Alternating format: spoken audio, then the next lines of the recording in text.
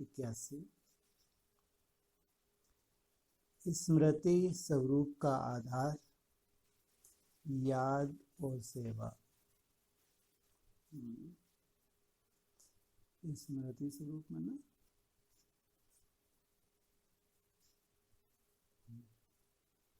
स्मृति स्वरूप का आधार याद और सेवा क्या है? स्मृति स्वरूप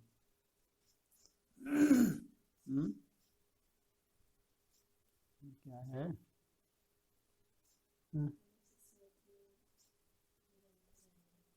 निरंतर योग युक्त अवस्था। हमारी याद को कोई भी माया का स्वरूप डिस्कनेक्ट न कर पाए। निरंतर योगी। उसके लिए ये नहीं बोला योग योग योग योग बैठे रहो हठ योगियों की तरह। हम कौन हैं?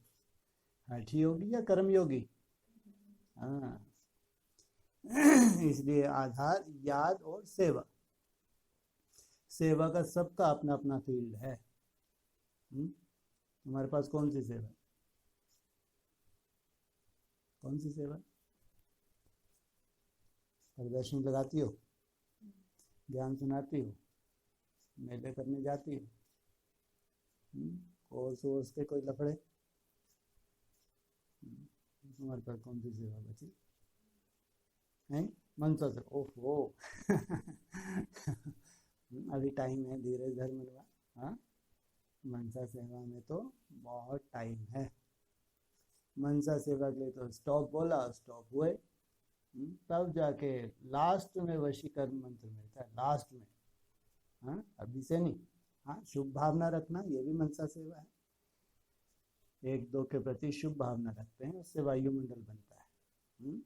स्वयं के साथ साथ दूसरों का भी परिवर्तन होता है। ठीक है। हाँ, और सेवा जो तुम्हारे पास कर्मना सेवा है, ये तुमको कर्म योगी बनाएगा।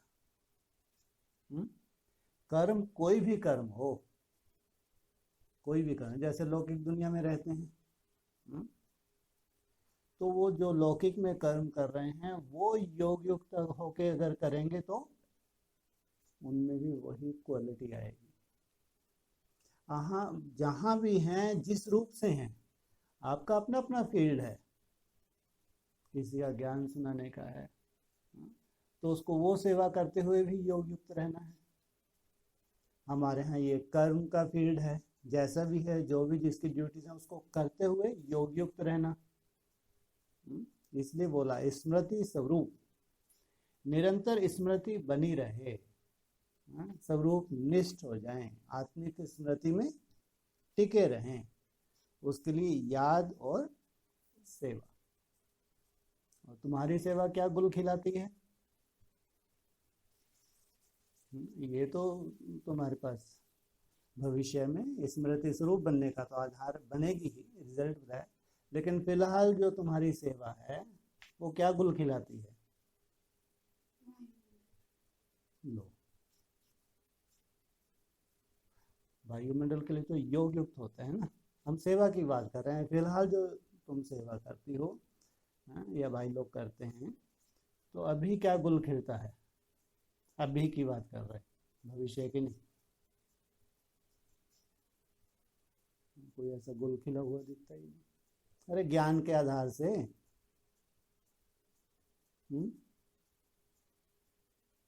कुछ नहीं।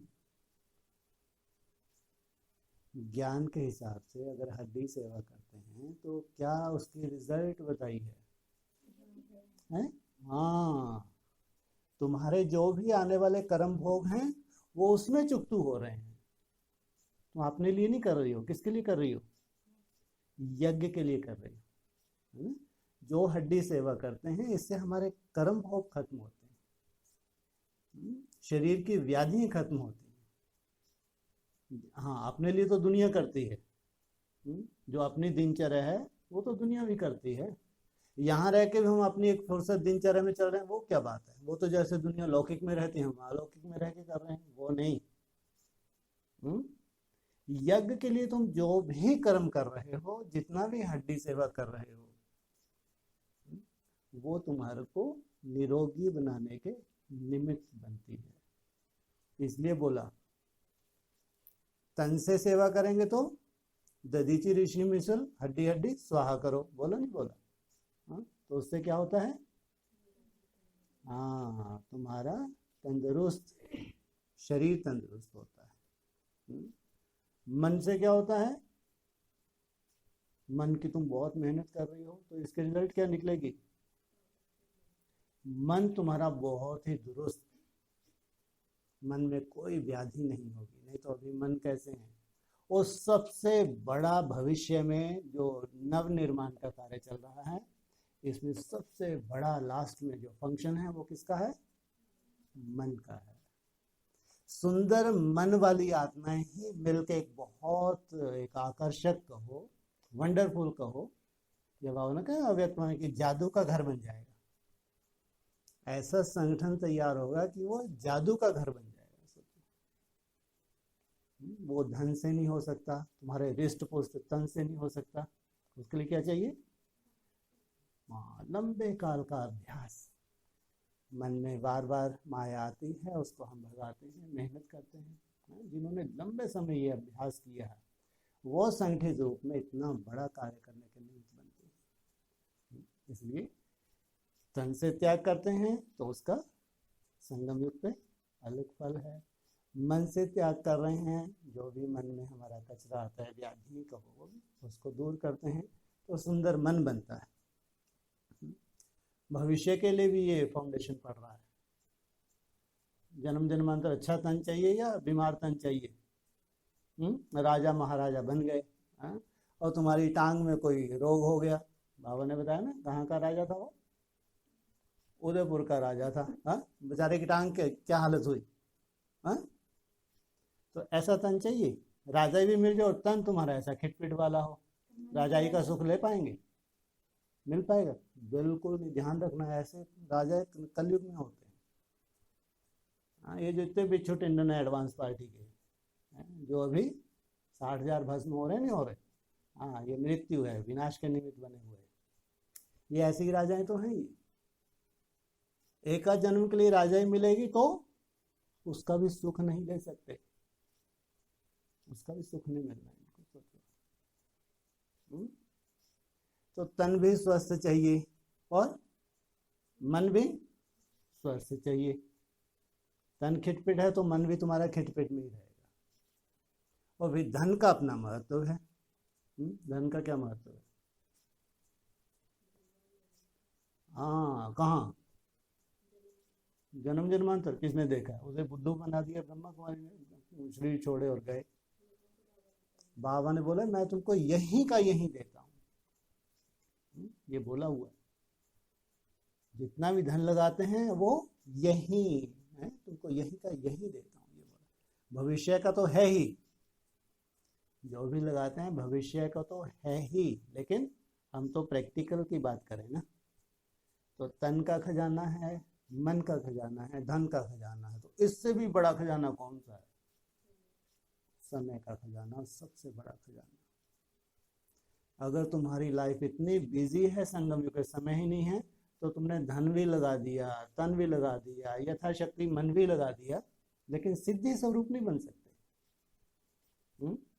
उसके लिए तुम्हारे पास समय होना चाहिए, क्योंकि बहुत प्रैक्टिस चाहिए सिद्धि स्वरूप बनने के लिए। केवल ये फोकट वाला जो मन मना भाव अभी चल रहा है ना, ये सिद्धि स्वरूप नहीं। ये तो हम एक मन को दिशा देने की कोशिश कर रहे हैं। तो 63 जन्मों से जो मन हमारा भटक चुका है, उसको केवल एक दिशा में लाने का पुरुषार्थ कर रहे हैं। संगम युग पे अगर कोई बहुत बिजी है तो ये बहुत भाग्यशाली नहीं कहलाएगा। ये सबसे बड़ा खजाना समय का खजाना। समय है तो ही अभ्यास कर सकते हैं आप, और बिना अभ्यास के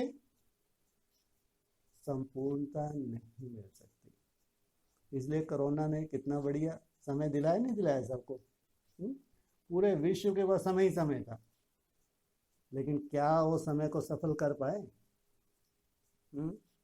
किसी की जॉब में बुद्धि थी, जॉब चली गई, डिप्रेशन में चले गए। बिजनेसमैन थे, बिजनेस में घाटे चले गए, डिप्रेशन में चले गए, सुसाइड कर लिए। यही तो रिजल्ट निकली। मना उन्होंने कभी सोचा ही नहीं था जीवन में कभी कमरे में बंद हो जाएंगे, बाहर नहीं निकल सकते, रह ही नहीं सकते। स्टूडेंट्स की क्या हालत हुई होगी। मना इतना बड़ा ये झटका था हिस्ट्री में। कहो हम जो इस हिस्ट्री की बात करते हैं 50 साल की हिस्ट्री, बहुत बड़ा पूरे वर्ल्ड में।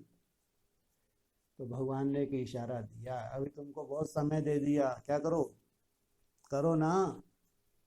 क्या करो, अरे भगवान को याद करो ना।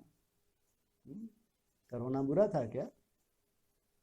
वो तो भगवान की अगर याद दिलाने का तुम्हारा समय ही नहीं था। सबके पास समय समय समय समय, मरते जा रहे हैं। हाँ, तो ये तो बैठ ही नहीं सकते। क्या वो समय का यूज कर पाए? दिया नहीं दिया भगवान ने। ऐसे आगे चल के सबके पास समय ही समय होगा, लेकिन समय का यूज, यथार्थ यूज को ही नहीं कर पाएगा। सब बिजनेस, क्या बोला बाबा ने, सब फेल होने लगेंगे बिजनेस। ऐसी परिस्थिति आने वाली है। जॉब तुम्हारी कितनी भी बढ़िया से बढ़िया हो, कई लाखों रुपया तुम महीने का ले रहे हो, लेकिन बिल्कुल नहीं, भविष्य में तुमको नहीं सुख दे पाएगी। जो बाबा ने 4 आयाम बताए हैं, सोचो। समय होगा लेकिन समय का कोई यूज नहीं है। तो वो समय किन के लिए होगा, किन के लिए होगा? जिन्होंने पहले भी सफल किया। किन के लिए होगा? तुम्हारे लिए। वो जो समय अभी भयंकर मिल जाएगा, समय ही समय मिलेगा, किन के लिए होगा? तुम्हारे लिए।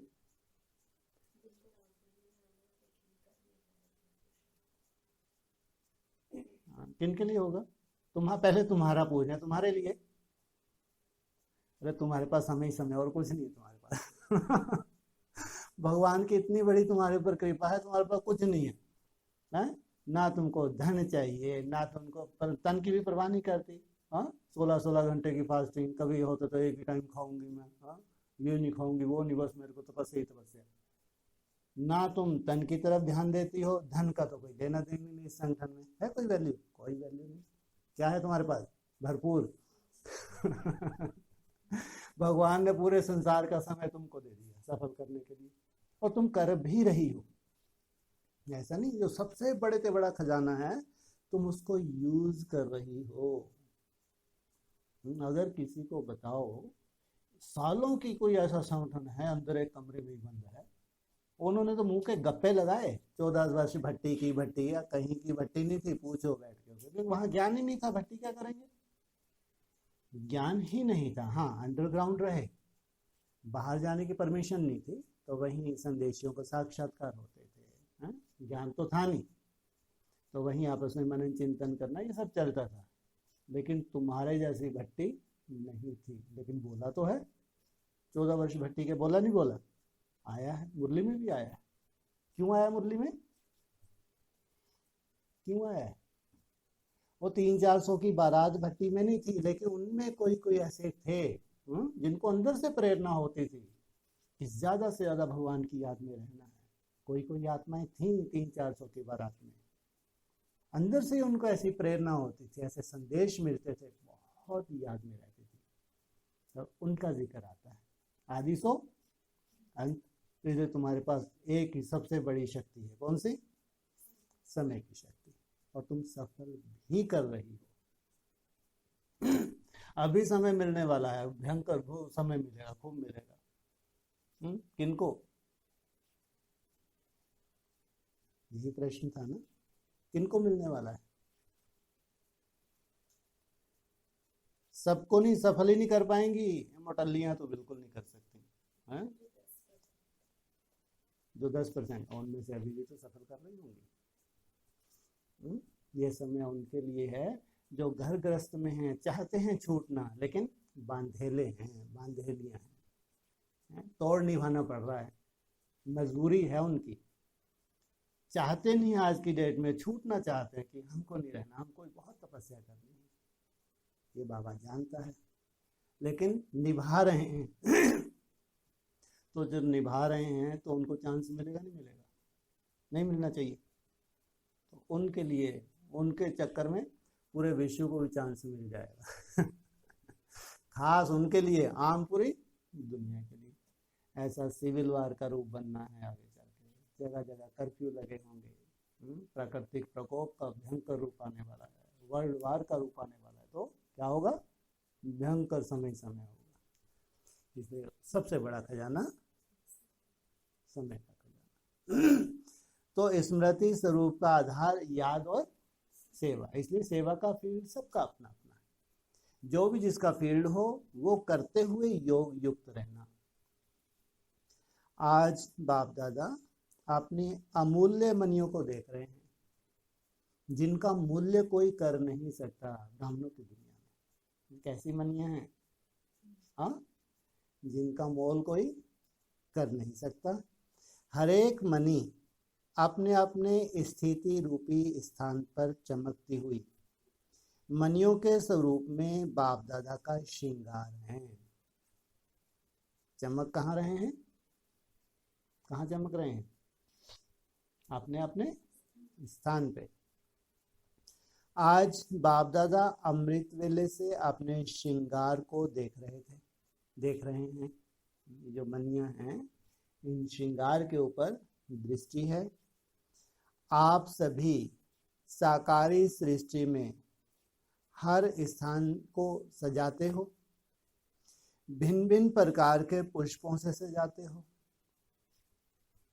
यह भी बच्चों की मेहनत बाप दादा ऊपर से देखते रहते हैं। स्मृति दिवस की वाणी है। आज के दिन जैसे आप सब बच्चे मधुबन के हर स्थान की परिक्रमा लगाते हो, बाप दादा भी बच्चों के साथ परिक्रमा पर होते हैं। मधुबन में भी 4 धाम विशेष बनाए हैं। कितने हैं? 4 धाम, जिसकी परिक्रमा लगाते हो तो भक्तों ने भी 4 धाम का महत्व रखा है। शूटिंग कहाँ होती है? ब्राह्मणों की दुनिया में। जैसे आज के दिन आप परिक्रमा लगाते हो, वैसे भक्तों ने फॉलो किया है। कौन सी शूटिंग हो गई? भक्ति मार्ग की शूटिंग होगी ना, बता तो रहे हैं। क्या शूटिंग की? भक्ति मार्ग की शूटिंग की या ज्ञान मार्ग की, योग युक्त होने की शूटिंग की?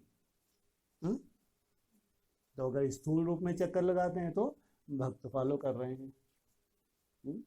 हाँ, मनसा से अगर तुम चक्कर लगाती हो उसको कहेंगे ज्ञानित आत्मा। मनसा सेवा अगर करती हो तो वो कहेंगे वो बेहद की सेवा हो जाती है।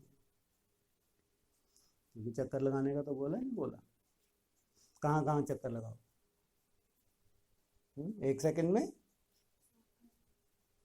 साकारी, 1 सेकंड में आकारी, 1 सेकंड में निराकारी।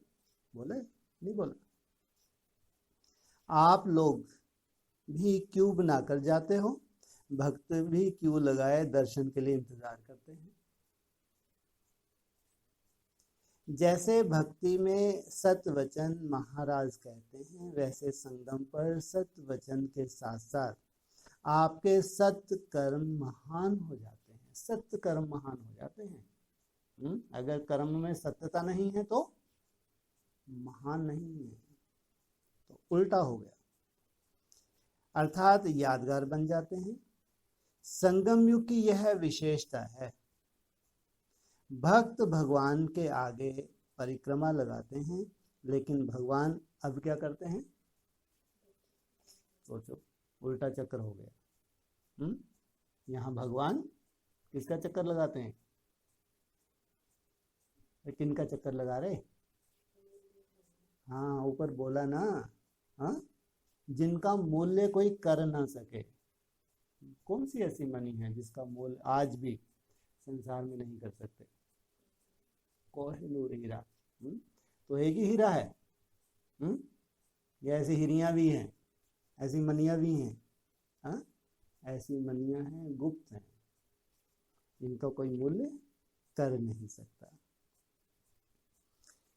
लेकिन भगवान अब क्या करते हैं? भगवान बच्चों के पीछे परिक्रमा लगाते हैं। आगे बच्चों को करते, पीछे खुद चलते, बैकबोन के रूप में। सब कर्म में चलो बच्चे, चलो बच्चे कहते रहते। तुम ठोकर खाते रहो, ठोकर खाते रहो, मैं पीछे पीछे हूँ। अरे आगे आगे रखा तो बड़ा कहा अपना है। हाँ, तो चलो बच्चे, चलो बच्चे, लेकिन पीछे कौन हूँ? पीछे मैं हूँ। बैकबोन कौन है? बाप दादा। तो यह विशेषता है ना, बच्चों को मालिक बनाते, स्वयं बालक बन जाते। कैसे?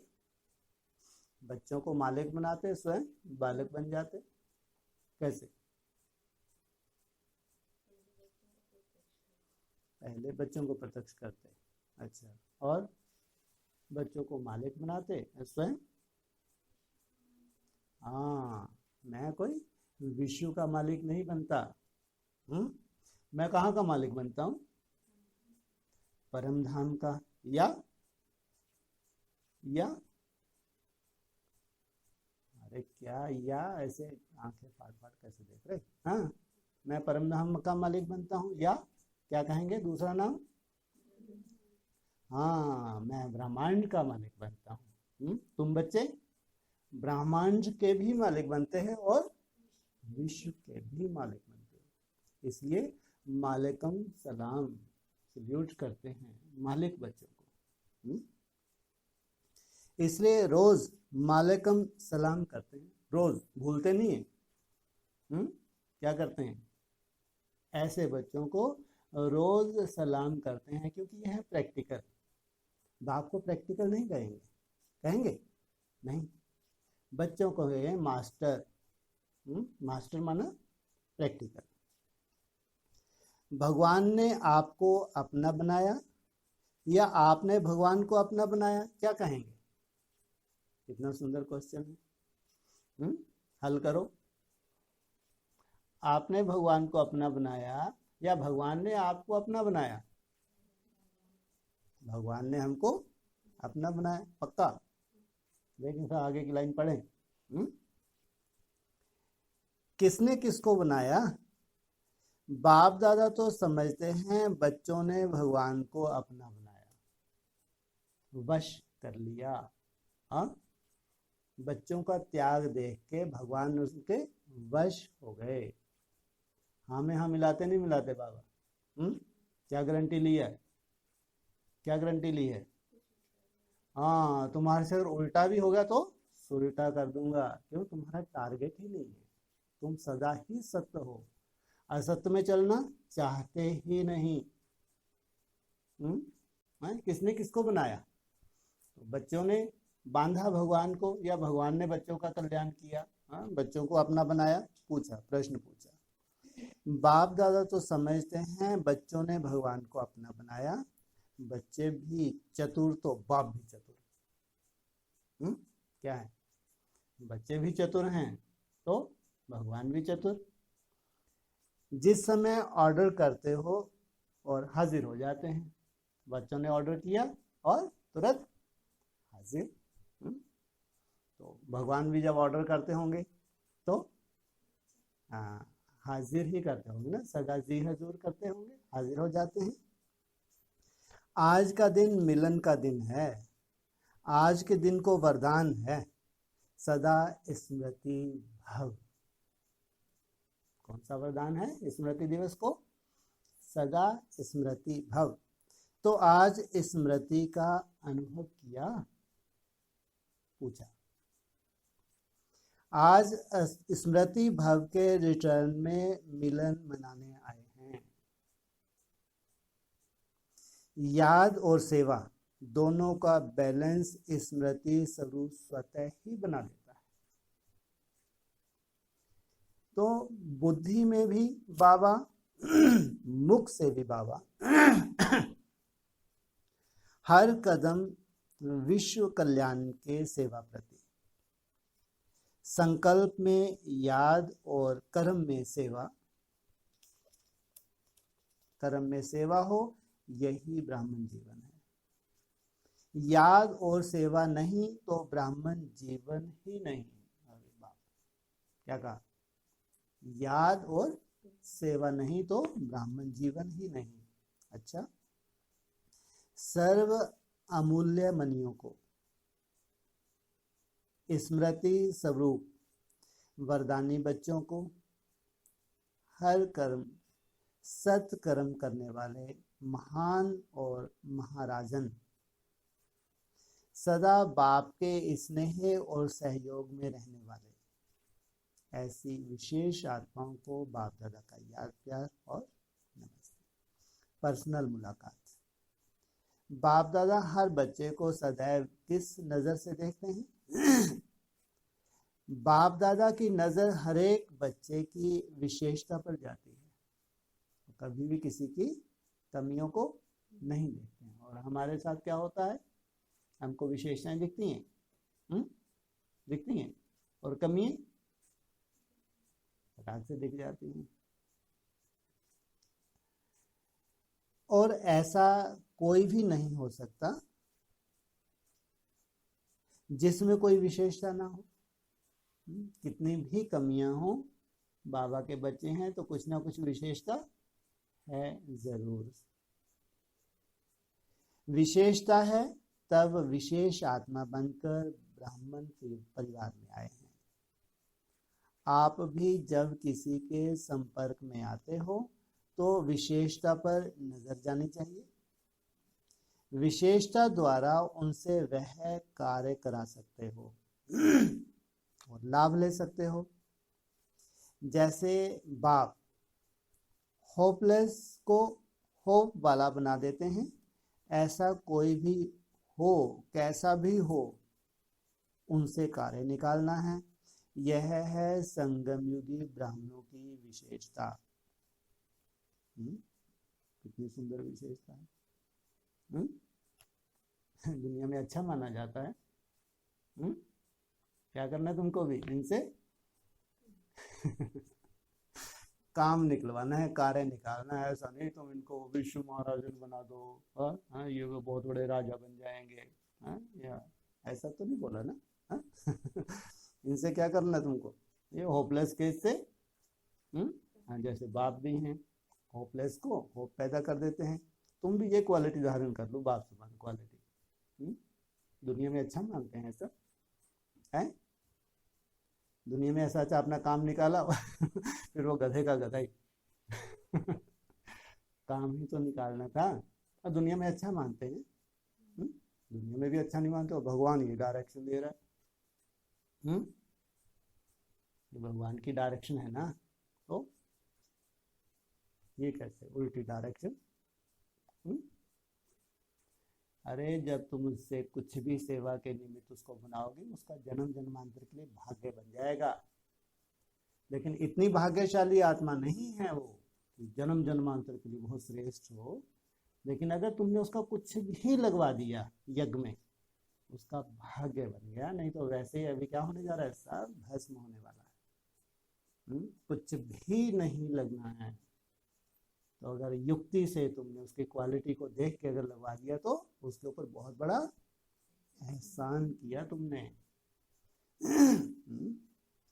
तो ऐसा कोई हो, कैसा भी हो, उससे कार्य निकालना है। यह है संगमयुगी ब्राह्मणों की विशेषता। जैसे ज्वाहरी की नजर सदा हीरे पर रहती है, आप भी ज्वेलर्स हो, आपकी नजर पत्थर की तरफ न जाए, हीरो को देखो। हीरा कहाँ छुपा हुआ है? कहाँ है हीरा? भ्रुकुटी में है। ये मणि भी बताया। ये दुम्ब, ये क्या है? शरीर क्या है ये? अगर ये मणि है आत्मा मस्तक में, तो ये क्या है? ये तो सांप है। हाँ, इसे किसको देखो? हीरे को देखो। संगम युग है भी हीरे तुल्य युग। पार्ट भी हीरो, युग भी हीरे तुल्य, तो हीरा ही देखो। फिर स्टेज कौन सी होगी? अपनी शुभ भावना की किरणें सब तरफ फैलाते रहेंगे। वर्तमान समय इसी बात का विशेष अटेंशन चाहिए। वर्तमान समय इस बात का, कौन सी बात का? शुभ भावना। और फिर परख शक्ति से कैसा भी होपलेस हो उसमें होप पैदा करके उसको सफल कराना। ऐसे पुरुषार्थियों को ही तीव्र पुरुषार्थी कहा जाता है। ऐसे पुरुषार्थी को मेहनत नहीं करनी पड़ती, सब कुछ सहज हो जाता है। सहज योगी के आगे कितनी भी बड़ी बात ऐसे सहज हो जाती है जैसे कुछ हुआ ही नहीं। सूली से कांटा बन जाता है। तो ऐसे सहज योगी होना। बचपन में जब चलना सीखते हैं तब मेहनत लगती है, तो मेहनत का काम भी बचपन की बातें हैं। अब मेहनत समाप्त कर सब में सहज। जहां कोई भी मुश्किल अनुभव होता है वहां उसी स्थान पर बाबा को रख दो। बोझ अपने ऊपर रखते हो तो मेहनत लगती है, बाप पर रख दो तो बाप बोझ को खत्म कर देंगे। जैसे सागर में किचड़ा डालते हैं तो वह अपने में नहीं रखता, किनारे कर देता, ऐसे बाप भी बोझ को खत्म कर देंगे। कितना सहज हो गया। अपना बोझ किसको दे दो? बाप को दे दो, और खुद क्या करो? सो जाओ। कितना सहज हो गया ना। अरे जब बाप को तुम अपना बोझ दोगे तो उसका कुछ करोगे नहीं करोगे? बोझ तो उसको दे दिया, अब तुम क्या करोगे? आराम से सो जाओगे? क्या करोगे? अब उसका कार्य करोगे। जो यथार्थ पुरुषार्थ है वो करोगे। जो श्रीमत है उस पर तुम चलोगे। अब बोझ तुम्हारा फिर किसकी जिम्मेवारी होगी? बाप की जिम्मेवारी होगी। जैसे सागर में किचड़ा डालते हैं तो वह अपने में नहीं रखता, किनारे कर देता है, ऐसे बाप भी बोझ को खत्म कर देते। जब पंडे को भूल जाते तब मेहनत का रास्ता अनुभव होता। बड़े से बड़ा पंडा हाँ, बाप। मेहनत में टाइम वेस्ट होता। अब मनसा सेवा करो, शुभ चिंतन करो, मनन शक्ति को बढ़ाओ। मनन शक्ति का आधार, मनन शक्ति कहाँ यूज होगी? मनन शक्ति का प्रयोग कह लो, कहाँ पे होगा? क्या करना पड़ेगा उसके लिए? अरे बैठे बैठे मनन करते रहोगे, कुछ है ही नहीं तुम्हारे पास, फोकट मनन करोगे क्या? हाँ, ये जो मुरली हैं, ये जो हम कैसेट सुनते हैं, इनको अगर रिपीट करते हो तो इसमें इतना मक्खन, बाप रे बाप। मक्खन कह लो या हीरे जवाहरात कह लो, इतने असीम भंडार छुपा है। तो क्या कहा? अब मनसा सेवा करो, शुभ चिंतन करो, मनन शक्ति को बढ़ाओ। मेहनत मजदूर करते, आप तो अधिकारी हो। मेहनत का काम किनका? मजदूरों का, जो नई दुनिया बनाने के लिए निमित्त बनते हैं। और आप क्या हो? आप तो